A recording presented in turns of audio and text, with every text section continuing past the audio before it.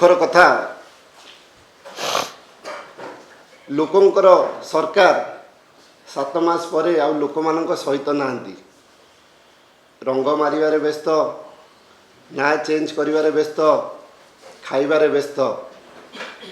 ये गुरुत्वपूर्ण प्रसंग जहाँ संजय बाबू कहते वक्तव्य रे डेलांग पिपिली निर्वाचन मंडली पाखापाखि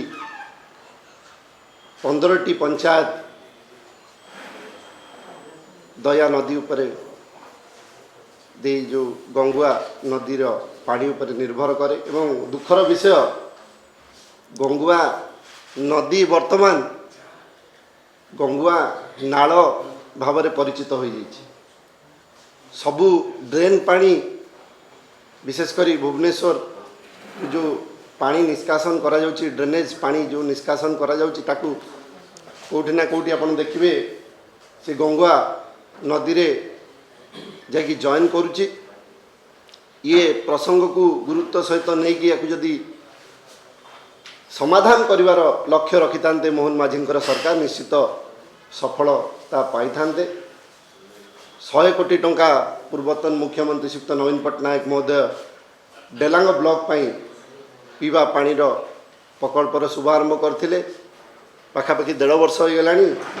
एवं नूतन सरकार आसिला परे से कार्य मध्य ठप हो जाइए वर्तमान ये एक गुरुत्वपूर्ण प्रसंग कलेक्टर को जदि विधायक फोन करचंती अध घंटा भितर पुरी रु पिपिली आसिकी पहुँची जाउचंती किंतु जेतेबेले लोक एते असुविधार सम्मुखीन होउचंती ता पाई तांकर समय नाही आ गोटे गुरुत्वपूर्ण जिनस जहाँ संजय बाबू कहते माछ जदि देखिए प्राय मरिकी भासुची एवं से माछ मार्केट रे बिक्री होउची आर मध्य तदंत करने दरकार विशेषकर मो निर्वाचन मंडली रे कैंसर अफेक्टेड लोक मानकर संख्या दिन को दिन बढ़ी बढ़ी चली गंगुआ नदीर पानीर कारण जो कहीं गाधेवाई पीवाई पानी व्यवहार करती आर